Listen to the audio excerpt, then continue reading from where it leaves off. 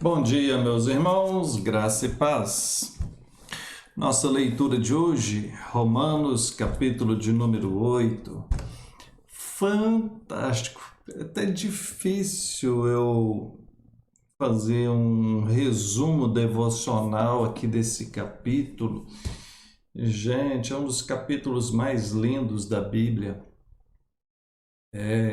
Dá para me tirar uns 10 sermões aqui, no mínimo. Vamos lá.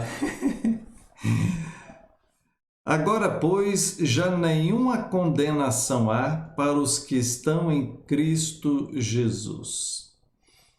Observa que ele inicia dizendo agora então remete ao que ele estava explicando anteriormente, né? E ele vem falando a respeito da graça da salvação em Jesus e como que Jesus é o nosso Salvador.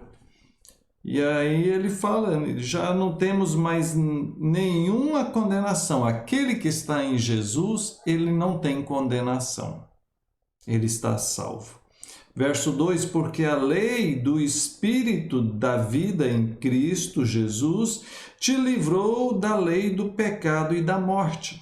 Ele estava explicando nos capítulos anteriores a respeito disso, de como que a lei no Antigo Testamento fazia com que o pecado prevalecesse e ninguém conseguia cumprir a lei plenamente e acabava se condenando por conta disso. Mas agora a obra de Jesus, aplicada pelo Espírito Santo em nós, nos traz essa graça transformadora de sermos plenamente salvos. Verso 3, ele explica, porque o que for impossível à lei, Deus fez isso enviando o seu Filho Jesus em forma de carne pecaminosa, ou seja, Jesus se tornou homem como um de nós e cumpriu a lei. Ninguém jamais conseguiu cumprir a lei perfeitamente, a não ser ele, Jesus. Ele veio, cumpriu a lei, e é pelos méritos dele que nós somos salvos, não pelo nosso, não pelas obras, mas pela graça de Jesus. É ele quem cumpriu a lei perfeitamente, é ele quem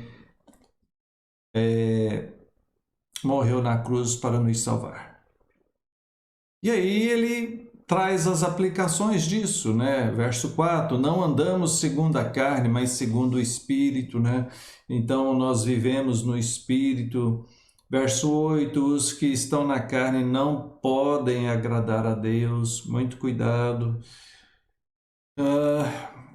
Verso 16, o Espírito testifica com o nosso Espírito que somos filhos de Deus, né? Como saber? Como saber se somos salvos? Como saber se Deus está conosco? A Bíblia diz que o Espírito Santo habita em nós e ele testifica, ele confirma, né? Ele nos convence de que nós pertencemos a Deus. Essa convicção, né? Essa paz, essa comunhão com Deus. Diz o texto que nós somos herdeiros de Deus e co-herdeiros com Cristo por conta daquilo que ele conquistou por nós. Verso 18. Os sofrimentos do tempo presente não podem ser comparados com a glória a ser revelada em nós. Ele continua agora tirando aplicações a respeito dessa verdade maravilhosa da salvação em Cristo, e ele diz que, mesmo que soframos nesse mundo, e a gente sofre mesmo, né? Isso não pode ser comparado com a glória que ainda virá, né? Com a bênção da vida eterna que Jesus conquistou para nós. Então, se temos que sofrer, se sofremos, É difícil, é doloroso, mas meu irmão, minha irmã, olha para frente, olha para o alto, olha para Cristo, né? Se alegre por ser uma pessoa que conhece Jesus, se alegre no amor do Senhor e confie que logo, logo tudo isso vai passar e nós estaremos juntos do Senhor. Verso 19. A ardente expectativa da criação aguarda a revelação dos filhos de Deus. Temos ensinamentos tão profundos aqui, né? E em torno desse texto aqui, está falando de toda a criação. Diz o texto aqui, verso 20, a criação está sujeita à vaidade. Quer ver? Ele menciona em todos esses textos aqui o ensinamento de que, como que eu vou explicar isso em poucas palavras? Deus criou todas as coisas, criou o mundo e tudo que existe. E o pecado trouxe o caos, deformou, criou problema. A Bíblia diz que os animais se tornaram ferozes, as plantas criaram espinhos. A partir da queda do pecado, todo o mundo entrou em problema. O sofrimento, a catástrofe, todo tipo de lutas, as doenças, a própria morte, tudo provém do desequilíbrio causado pelo pecado. E aí a Bíblia chega e diz: a ardente expectativa da criação aguarda a revelação dos filhos de Deus. O que significa isso, pastor? Significa, meu irmão, minha irmã, que toda a criação de Deus está esperando o dia da volta de Jesus, quando os filhos de Deus serão revelados, quando chegará o juízo final e a restauração de todas as coisas. Nós teremos corpos glorificados. O mundo voltará a ser perfeito, sem maldade, sem violência, sem pecado, sem dor, sem tristeza, sem morte, sem nenhum problema. Tudo está aguardando. O planeta Terra, o universo, os animais, os vegetais, toda a criação de Deus anseia pela redenção final. Tudo. É muito profundo isso. Em verso 26, o Espírito semelhantemente nos assiste em nossas fraquezas, porque não sabemos orar como convém, mas o mesmo Espírito intercede por nós sobremaneira com gemidos inexprimíveis. Fala a respeito da ação do Espírito Santo em nós, intercedendo, nos auxiliando nas nossas orações, e que não entenda apenas como a oração que você faz, mas entenda como Ele guiando você no seu relacionamento com Deus.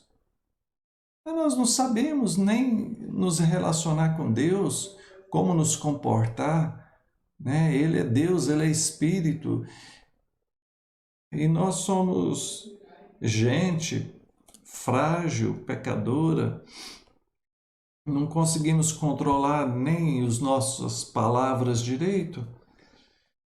Então o Espírito Santo é que intercede por nós. Verso 28, todas as coisas cooperam para o bem daqueles que amam a Deus, daqueles que são chamados segundo o seu propósito. Veja, esse texto é muito usado assim no sentido, aconteceu uma coisa ruim com você, mas confie em Deus, tudo coopera para o bem daqueles que amam ao Senhor. dando a ideia assim, de que aquele problema aconteceu para o bem da pessoa. Não é exatamente esse o sentido. Claro que todas as coisas que acontecem na nossa vida podem servir para nos fortalecer, nos edificar, nos levar a crescer na fé, na maturidade, mas o sentido aqui é mais profundo, é o sentido de que todas as coisas estão corroborando, colaborando para que nós nos encontremos com Deus, vivamos para Deus e assim cumpramos o propósito que Ele nos predestinou para isso. Então, se você é um escolhido do Senhor, e aqui vai falar sobre isso na sequência, alguém que Ele predestinou, tudo vai cooperar para o seu bem, para que você chegue ao ponto de cumprir o seu propósito pelo qual Deus te criou e te chamou. E aí, veja aqui o verso 29 e 30 que fala sobre isso. Diz assim, porquanto, então está ligado ao que falou anteriormente, aos que de antemão conheceu, também predestinou. Vamos lá. Aos que conheceu, predestinou, para serem conformes as imagens de seu Filho, a fim de que ele seja o primogênito entre muitos irmãos. Aos que predestinou, também chamou. Aos que chamou, esses também justificou. Aos que justificou, também glorificou. 5 pontos aqui, né? Na teologia é chamado da Ordo Salutis, que é a ordem da salvação. Primeiro, Deus conhece, Ele cria. O conhecer aqui é no sentido de criar. Ele te criou lá na eternidade, não foi no dia que você nasceu, não. Foi lá na eternidade. Ele te criou lá naquela época. Ele te predestinou, né? Ele definiu o seu destino final, salvação ou perdição. Ele te chamou é o momento da conversão na sua história de vida, é o momento que ele te chamou, te converteu. Ele te justificou, ou seja, ele aplicou a obra redentora de Cristo, então você é justificado pela obra de Cristo, e ele te glorificou. Isso aqui já aponta para o futuro, para o seu destino final, quando você será glorificado, você entrará na presença do Senhor. Fantástico, não é? Fantástico. Eu já preguei nesse texto, é maravilhoso.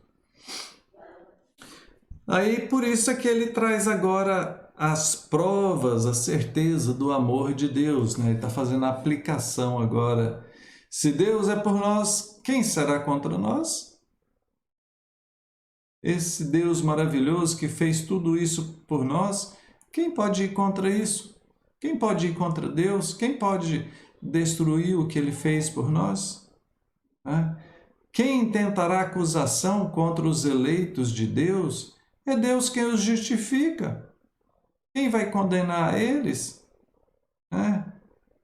Quem vai nos separar do amor de Cristo? Então, veja, ele diz várias vezes aqui que Deus nos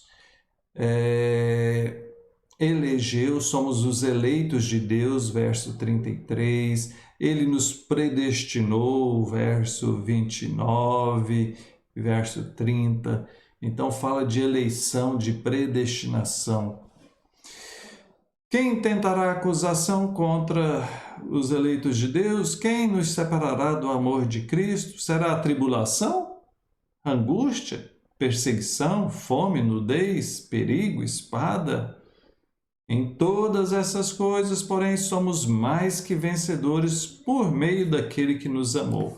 Veja, ele diz que somos mais que vencedores nessas coisas, nessas lutas, tribulação, perseguição, fome, nudez, a espada, né, que é a violência, a morte. Em tudo isso, nós somos mais que vencedores por meio de Jesus. Não por nós, mas por meio de Jesus. Ele garante a nossa vitória. E aí ele encerra dizendo, eu estou bem certo, né? Eu amo essa expressão, eu estou bem certo de que nem morte, nem vida, nem anjos, nem principados, nem as coisas do presente, nem as do porvir, nem os poderes, nem altura, nem profundidade, nem qualquer outra criatura poderá separar-nos do amor de Deus que está em Cristo Jesus, nosso Senhor. Veja, nada pode nos separar do amor de Deus. E o amor de Deus foi manifestado em Jesus Cristo, que morreu por nós naquela cruz. Aleluia, né? Bendito seja o Senhor. Vamos orar? Senhor, diante de tudo isso, só nos resta agradecer. Muito obrigado, Pai. Muito obrigado por tudo que o Senhor fez por nós, por teu grande amor. Muito obrigado, Pai. Nós te louvamos em nome de Jesus. Amém. Deus te abençoe e até mais.